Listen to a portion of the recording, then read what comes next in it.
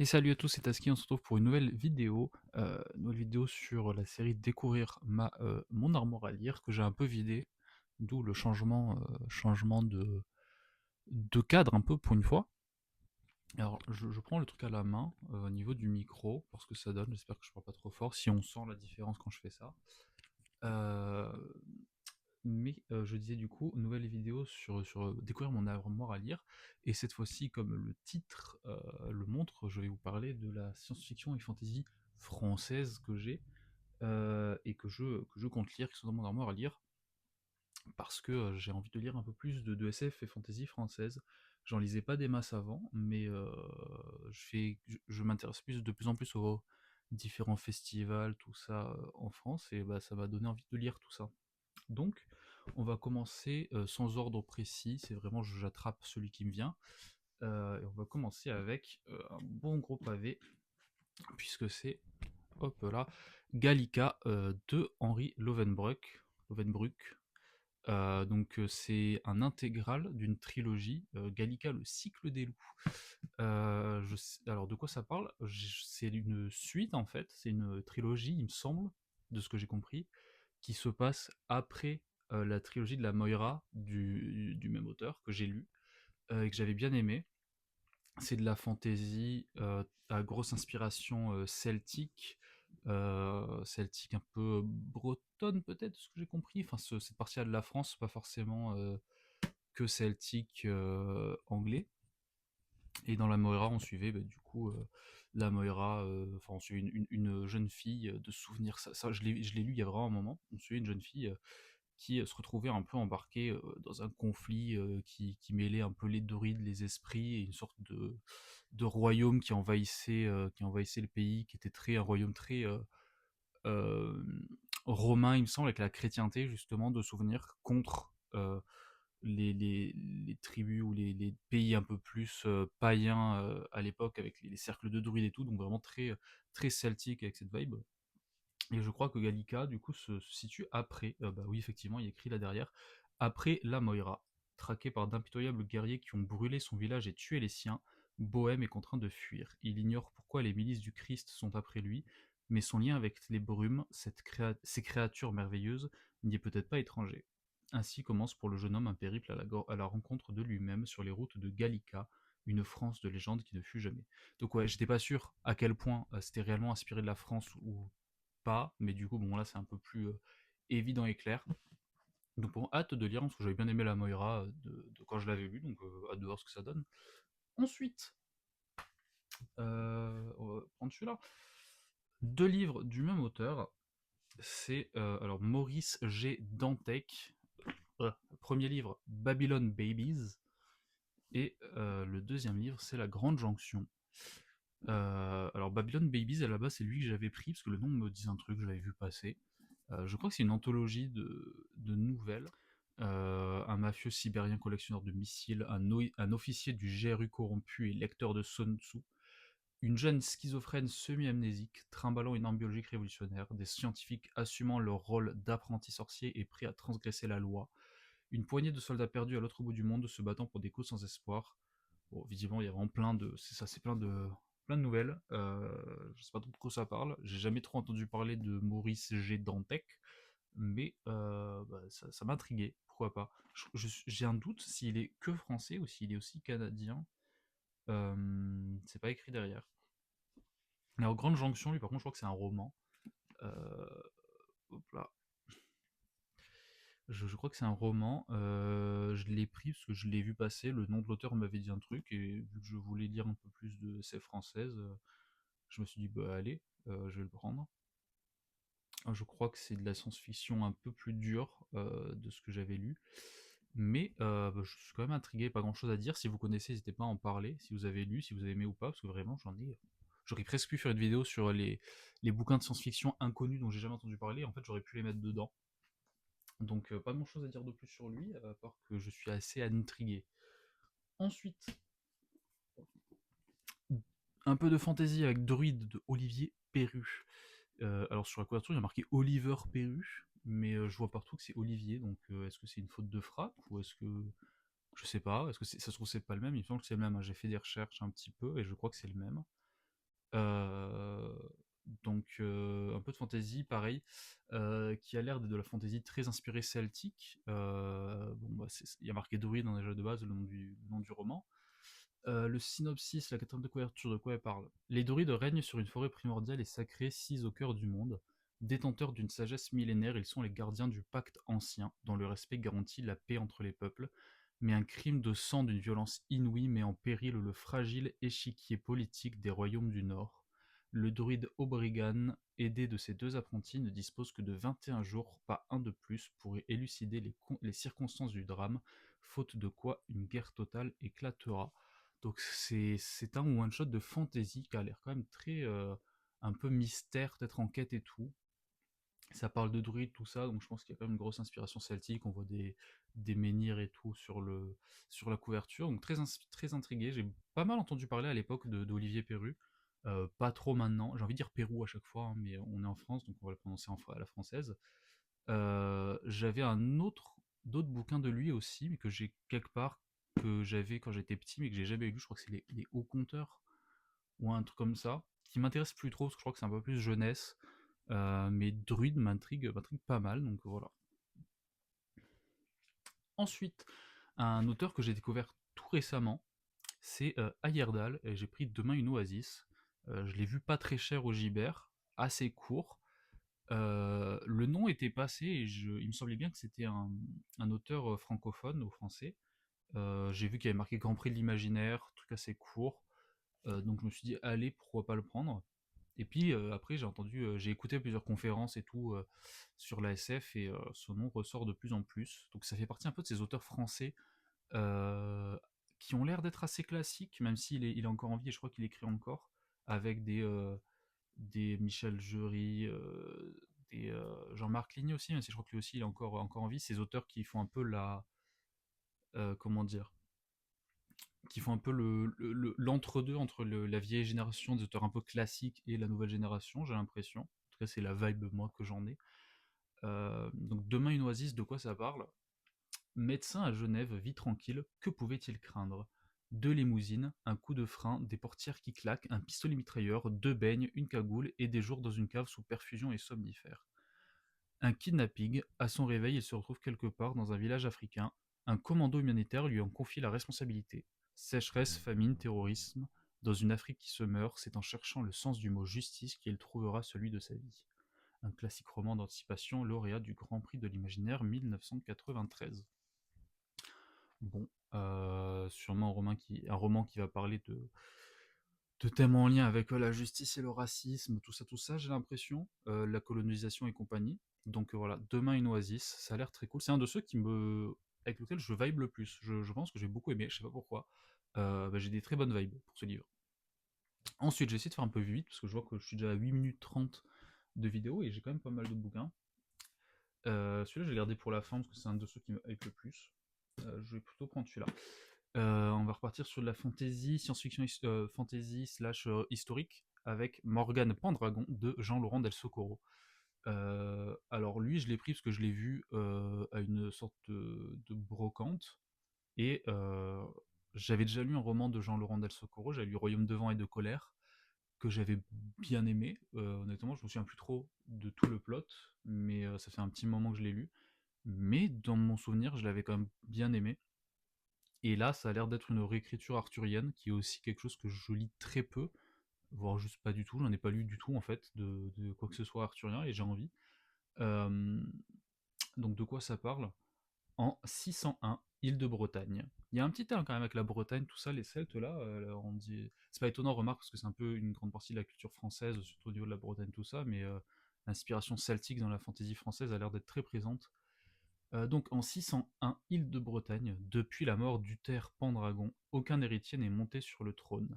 Pour cela, il faudrait réussir à extraire de la pierre l'épée du défunt monarque. Les prophètes en sont pourtant persuadés, un nouveau roi va naître.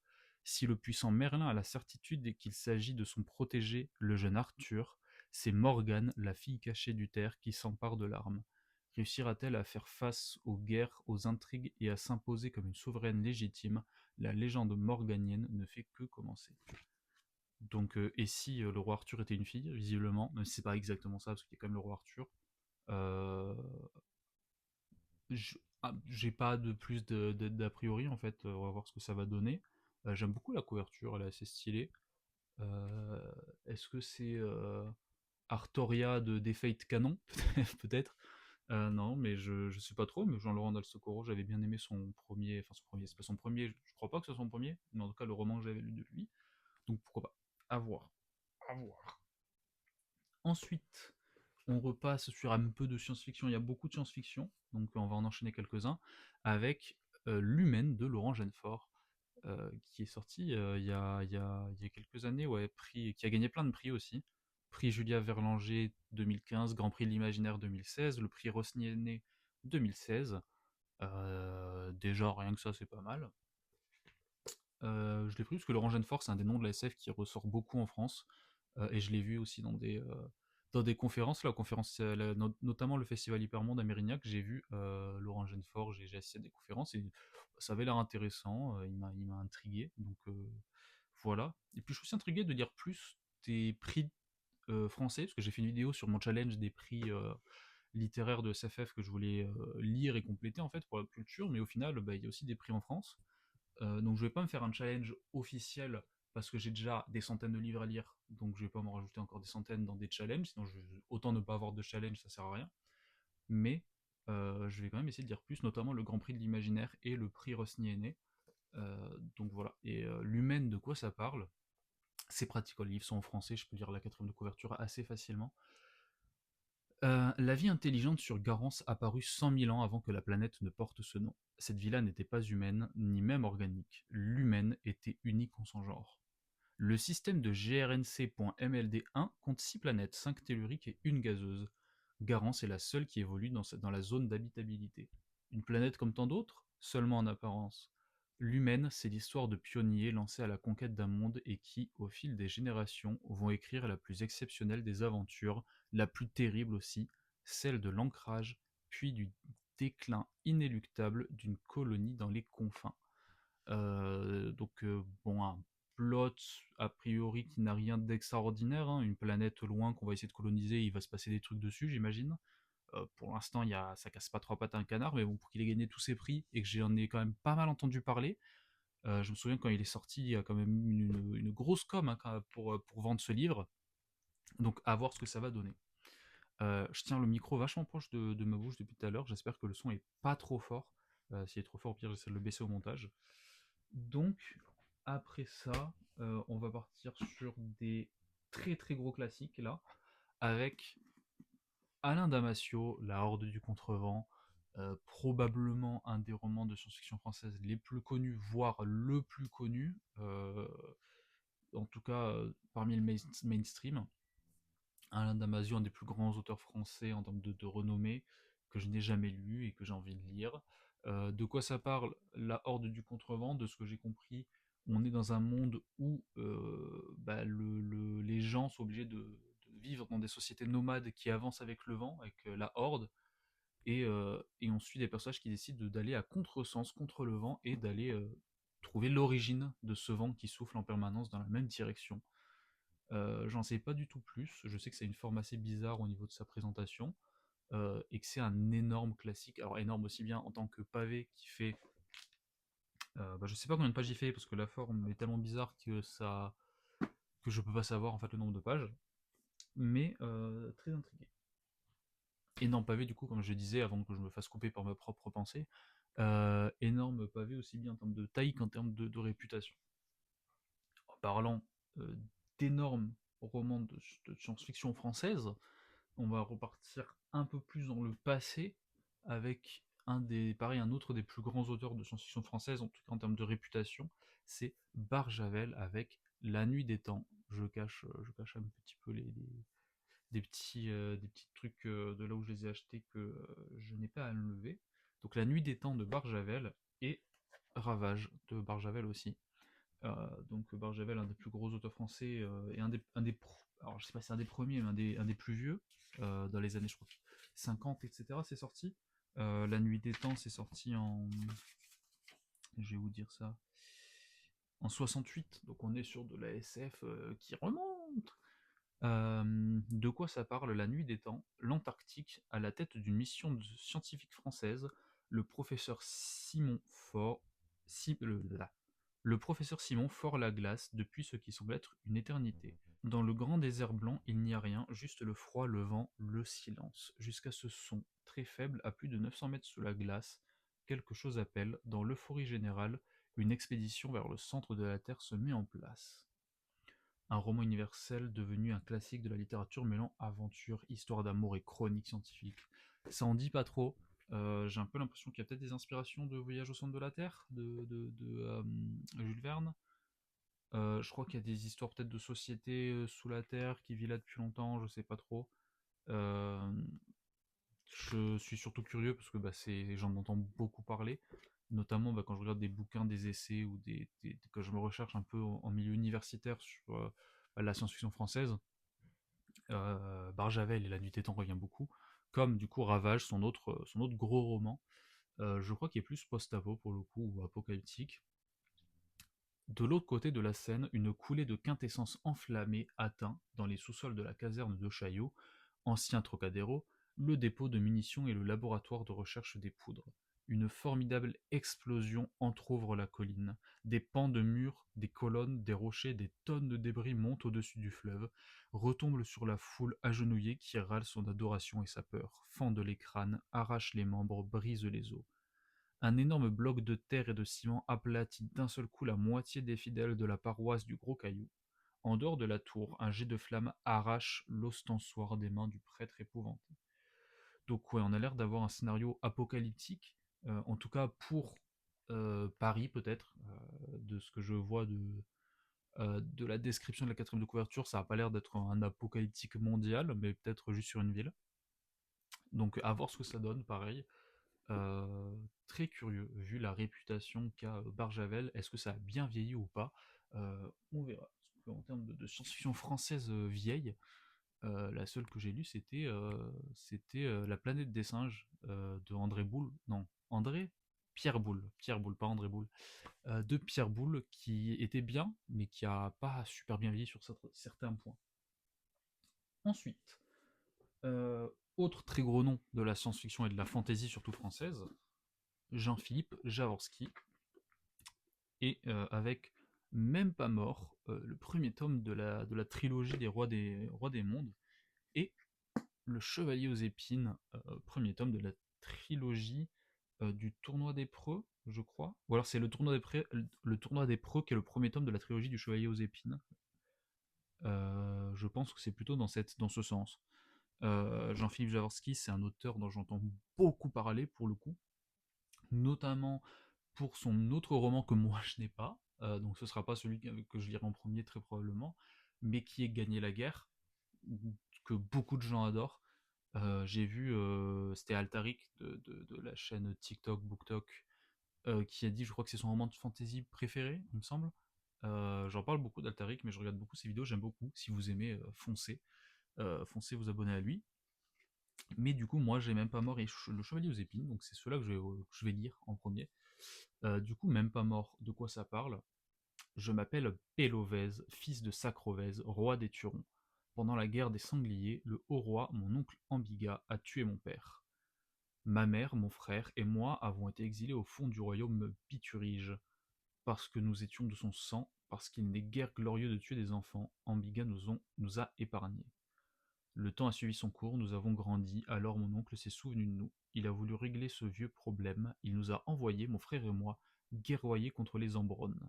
Dès le début des combats, nous nous sommes jetés au milieu du péril et je suis tombé dans un fourré de lance, mais l'impossible s'est produit. Je ne suis pas mort. C'est le vainqueur, enfin vainqueur. Il a remporté le Grand Prix Imaginal du meilleur roman de fantasy française de 2014 et le prix Planète SF des blogueurs de 2014. Donc intrigué, ça a l'air d'être une histoire de revanche, peut-être inspirée du conte de Monte Cristo, euh, dans une sorte de fantasy très à inspiration française, on dirait, ou en tout cas européenne. Très intrigué. J'ai pas lu des masses de romans comme ça, un peu de revanche et tout, un peu épique, donc à voir ce que ça donne. Et ensuite, Le Chevalier aux épines. soupçonnée d'adultère, la duchesse Odéarde de Bromael a été jugée, répudiée et emprisonnée. Le champion qu'on l'a accusé d'avoir trop aimé, le chevalier Aedan de Vaumassel, lui a fait défaut au cours de son procès. Mais voici qu'un an plus tard, le chevalier est de retour, honni parmi les partisans de la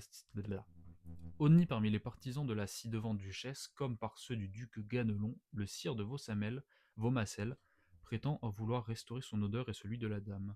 Étrangement, il met toutefois plus de zèle à poursuivre les ravisseurs de jeunes gueux qu'à réparer sa faute.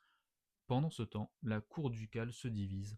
Les armes courtoises pourraient y être rapidement supplantées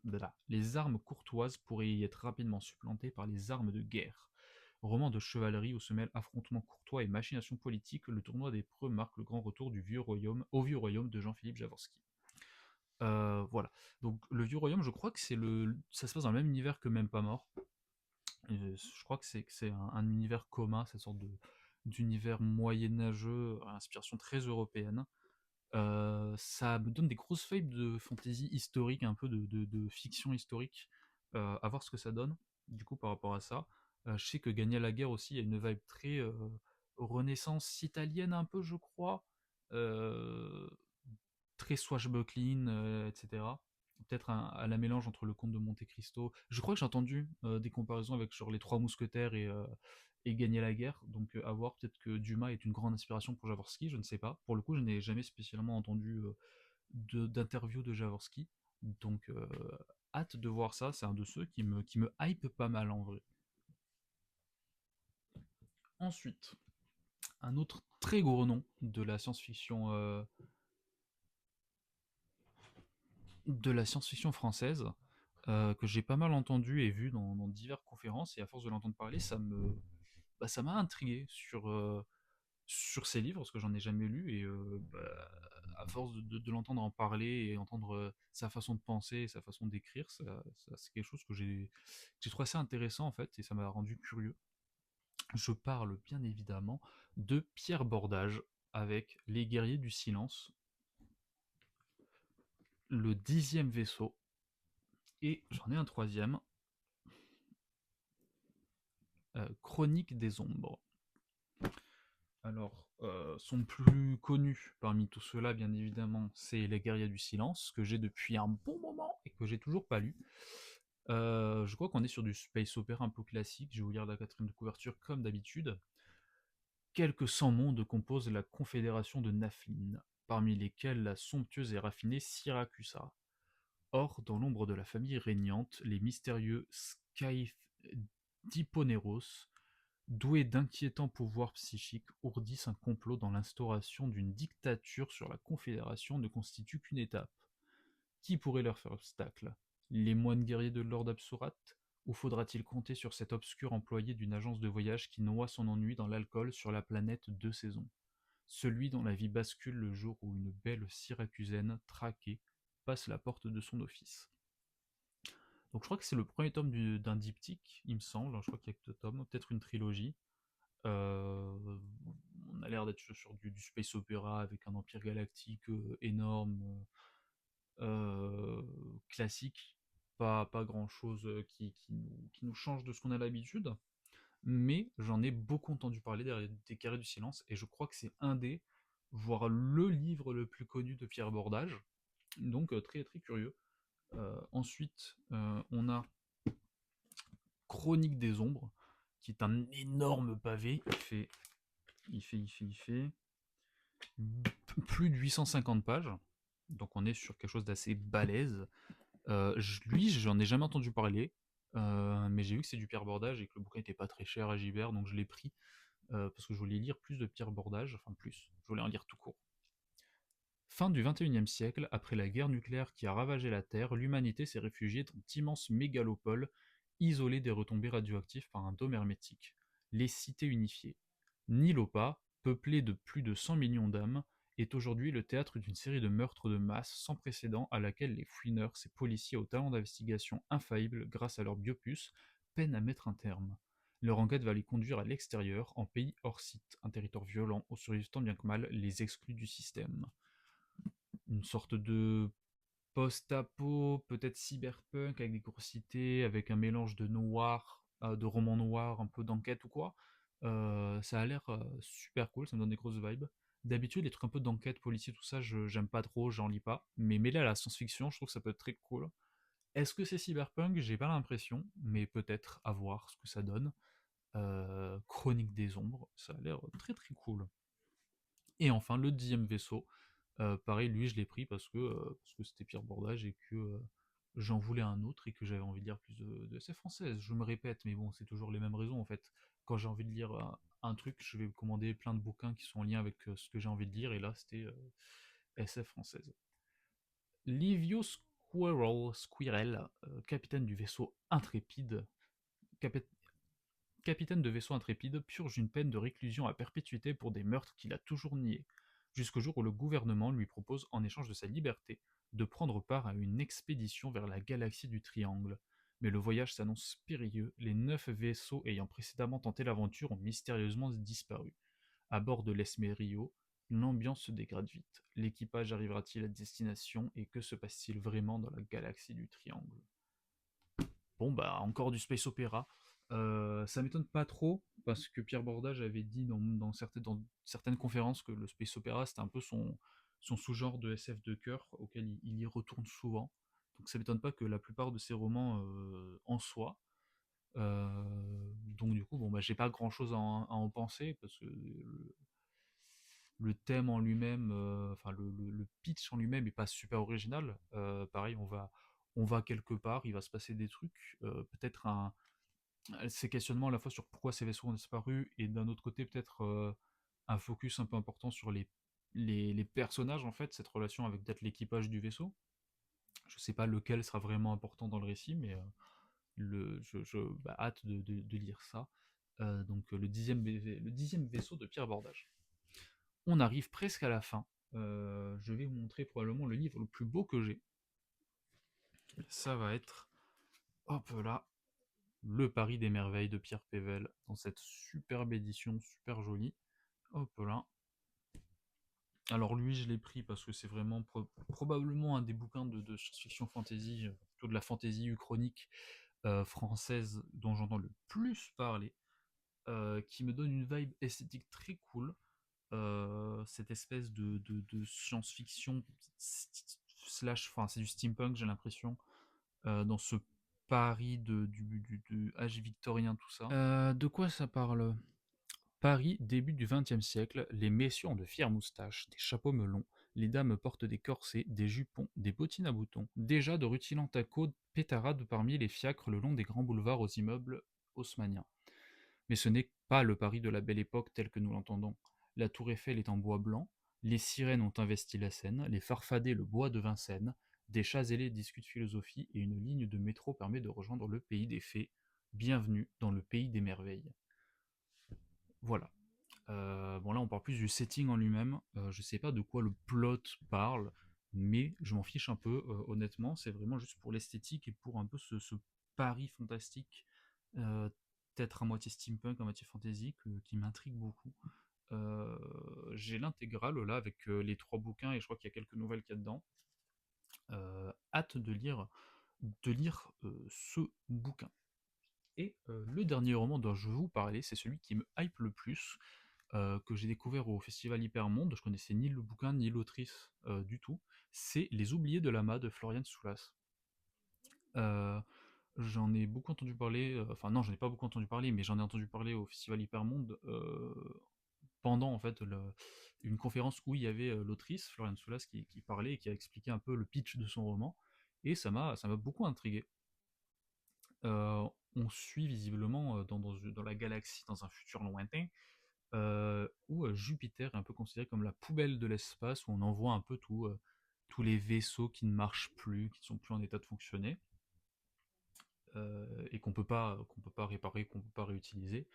Et en fait, là-bas, s'est formée une société qui s'est construite autour de ces vaisseaux qu'on a rattachés au fur et à mesure, et qui a fini par faire une sorte de grande cité, voire planète, sur laquelle une civilisation s'est développée.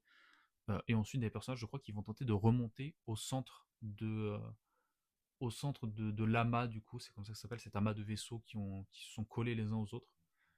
et qui se rend compte au fur et à mesure que plus ils avancent, bah, plus les vaisseaux sont anciens, plus la vie est différente, parce que forcément, bah, les vaisseaux les plus éloignés de l'amas sont les plus récents qui sont venus se raccrocher.